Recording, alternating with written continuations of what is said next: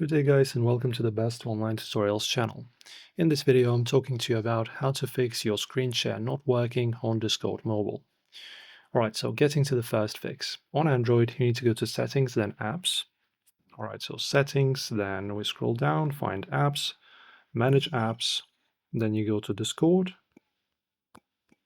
There you go, let it just find the app.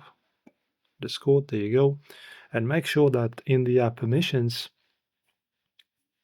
you ensure that photos and videos and microphone are set to always allowed. As you can see, camera, microphone, music and audio, allow, as you can see, so just set all of it to always allowed.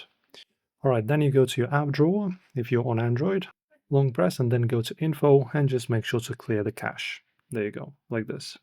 And this will make sure to clear the temporary files and possibly fix a lot of issues, including the one you are having with the showing your screen pretty much.